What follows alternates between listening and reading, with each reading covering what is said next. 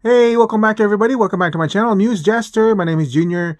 This video is how to apply the most basic dark wash on your Haslab Ghost and what it looks like.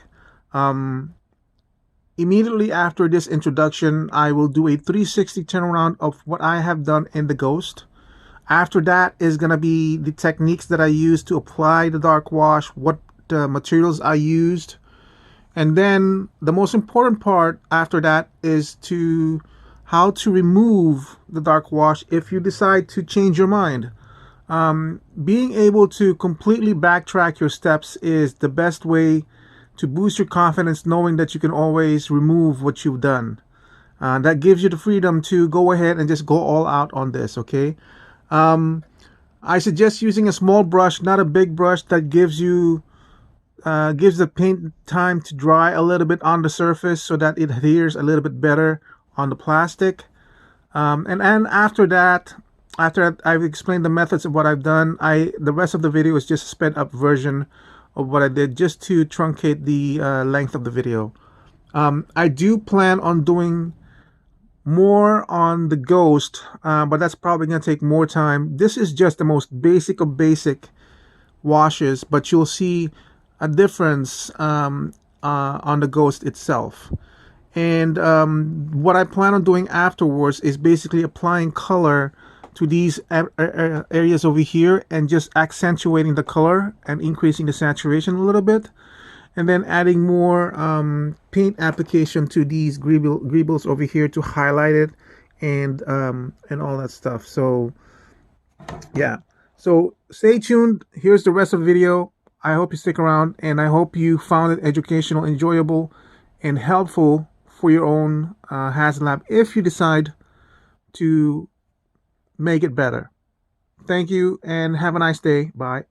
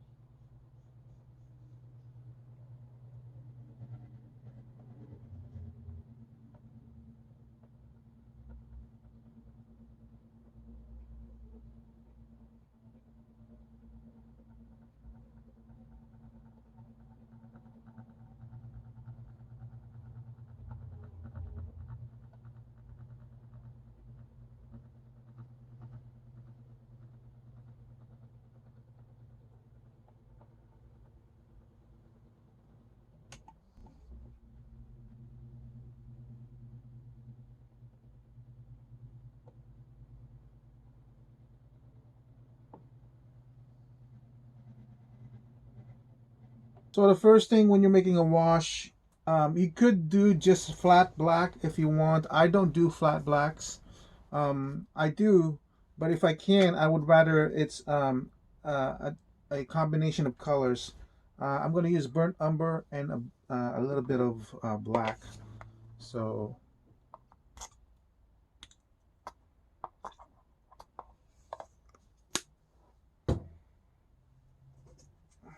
this basic black. There's no formula in this.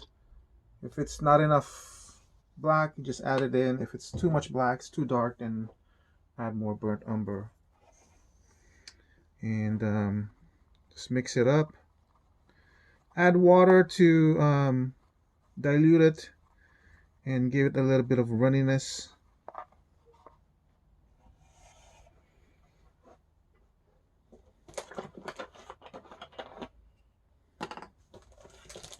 How much water? I mean, like, again, you're not gonna go wrong on this one. If it's too thin, add more paint. If it's too thick, add more water. Just make sure everything is just basically mixed in. See how this thing, that's kind of too watery for me. And if that's too watery, you can always grab it here where it's thicker. I'm gonna combine this. This feels kind of okay. This looks kind of dark enough. And then you just put in there. Make sure it goes into every crevice.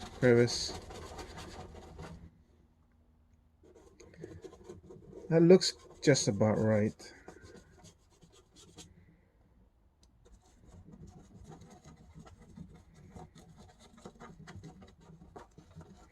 I could use a bigger brush, but using a smaller brush also, by the time I'm done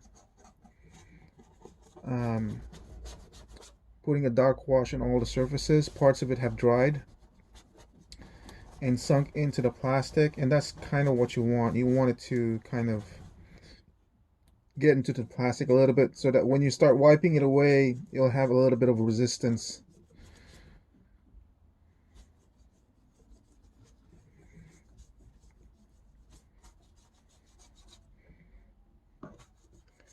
You can see I'm adding a lot, very much indiscriminate of what I'm doing. Don't worry. After this, I'm going to show you a technique that completely removes it. If you want to, the the freedom to know that you can always remove it gives you a bit of freedom to just go all out and make it as dirty as you feel like it should be. Because trust me, it doesn't matter if this is dry or how dry it is, how many days you've let this to dry, you can remove it. This is all water based.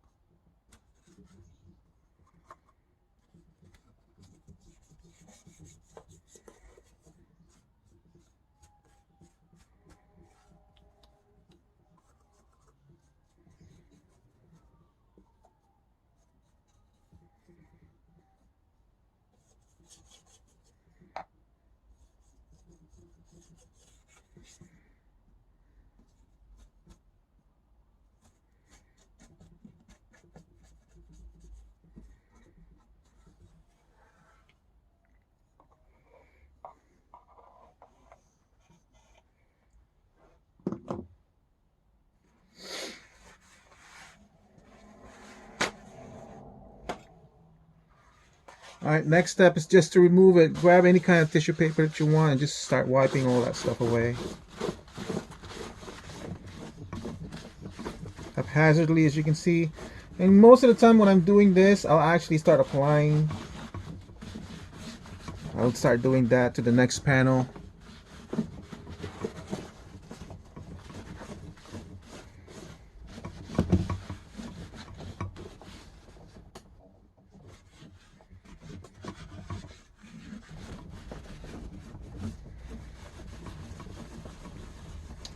Try to do circular motions to get rid of the pattern that's forming as you're wiping it away.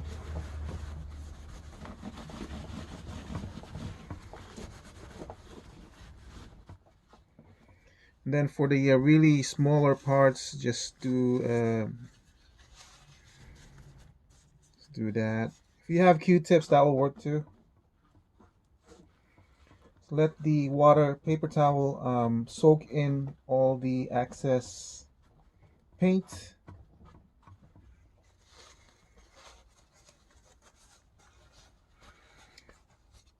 you'll notice that this part right here, as it starts to dry out, it'll have a little bit of resistance to be being pulled by the paper towel, and patterns will develop that you may not want. I'll show you how to remove any of that.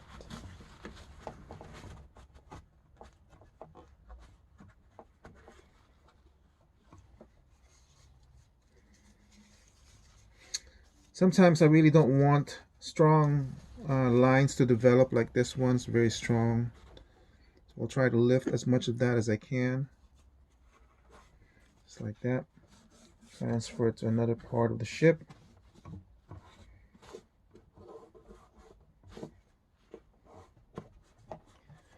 This feels a little bit still too wet. It's lifting really easily. And I don't necessarily want that. So I want to see this part. I don't want to work it in. I want to work it into the plastic.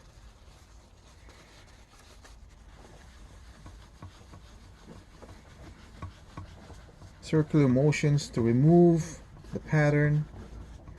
Dab, dab. You don't want the streaky pattern. I'm not sure if you're seeing that when I wiped it. You don't want that, so do some lightly circular brushing away if you want to.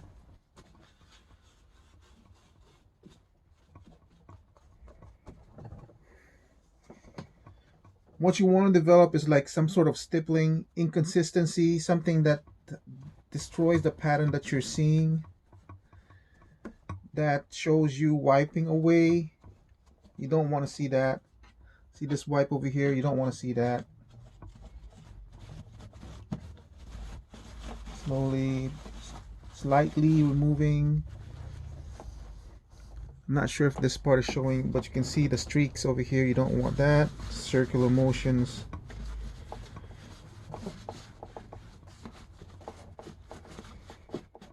Some heavy areas I don't want.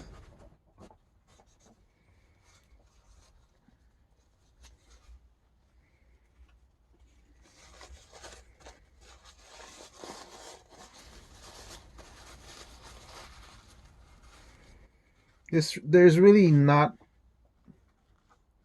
a time constraint. You don't need to hurry on this, trust me.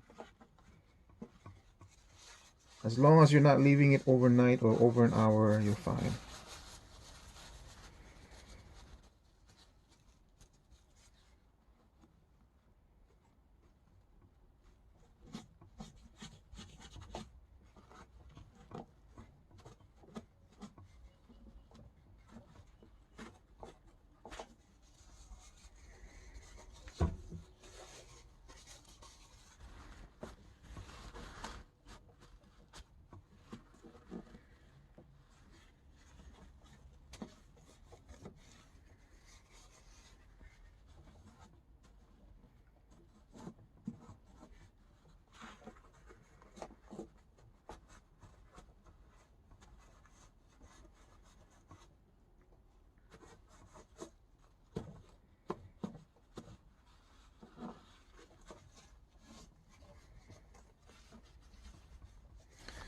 More cleaner white. Start wiping.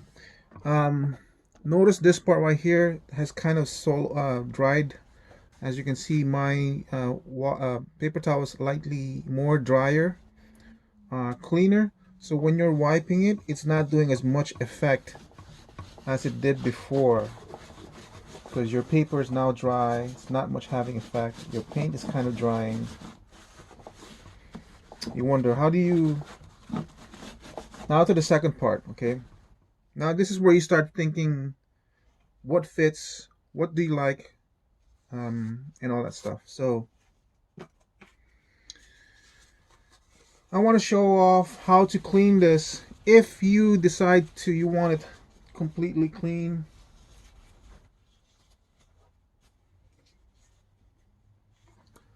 Isopropyl alcohol 91%.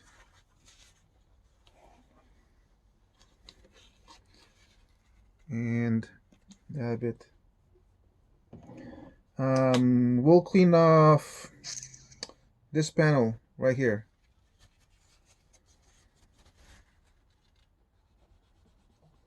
I'll show you how easy it is to clean it.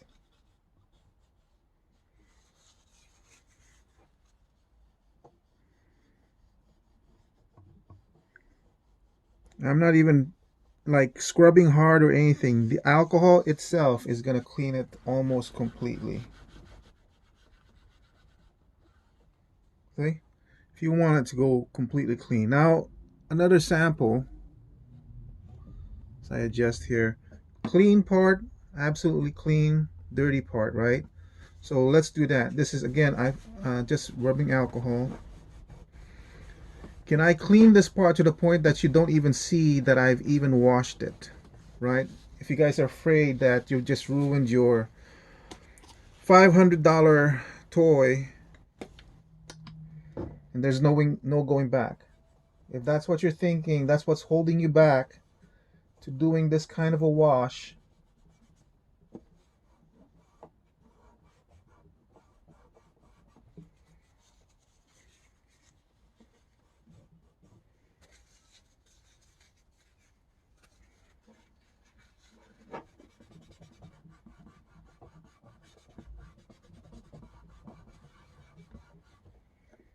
See, as you can see now, the plastic from which had a wash before is completely clean, as if you've never even touched it. Now, you might have a little bit more difficulty cleaning the recessed part.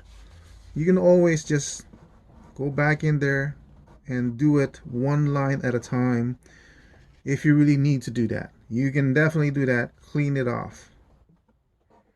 Use your fingernail. Just put your fingernail in there and dig it in there, and you can clean it off. Okay, knowing that you can always clean it off should remove your fear of just going all out and just doing whatever you need to do. Now, how am I using the alcohol? Actually, this is slightly damp, not too wet, and when I apply it, I'm going to apply this lightly circular. So I kind of don't like the heaviness in that one. Circular removal. Don't rub it in, because you will remove this completely again. Okay, just certain parts. I just don't want certain parts to come in.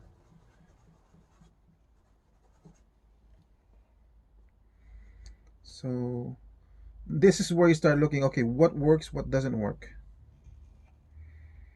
This might be too heavy-handed for me. Just remove that part.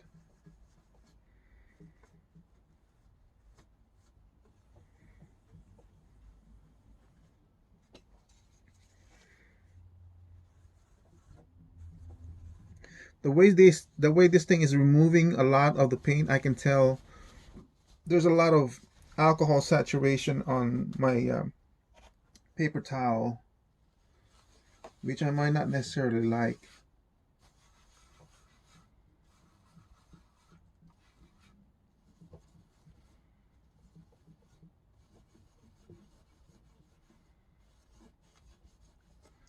This is actually the point where you start thinking artistically, in terms of like, how much do you remove, how much do you leave. I'm jumping off to this part of the video because I want to show you something as well too. When you're starting to remove the wash, when I mentioned that this is where your artistic side comes in, you could remove it haphazardly if you want and just leave the edges. But what you can also use is, remember that when you're removing things, it's leaving a pattern. And this is where you start removing things very carefully. And as you can see, I'm doing it one panel at a time because I want to see what remains. And I want to create something of what remains and see if the pattern is the one I want. So I'm just cleaning off this part of the panel slowly and looking at the pattern that emerges when I'm cleaning this off. So you can create streaks if you want. You can clean it off.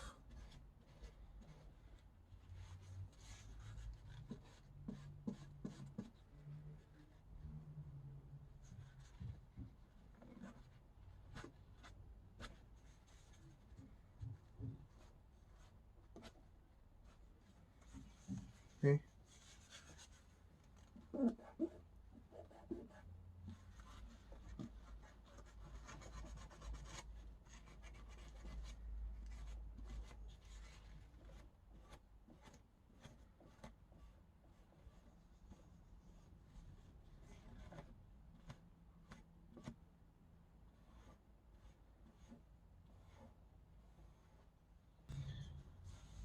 So in this part, instead of creating the streak patterns, this is kind of like a reverse stippling. Stippling is basically like you're dabbing on paint, and create kind of like a stippling. This is reverse because you're kind of taking away material or paint, and what you create is this unpatterned look as you're pulling away the paint.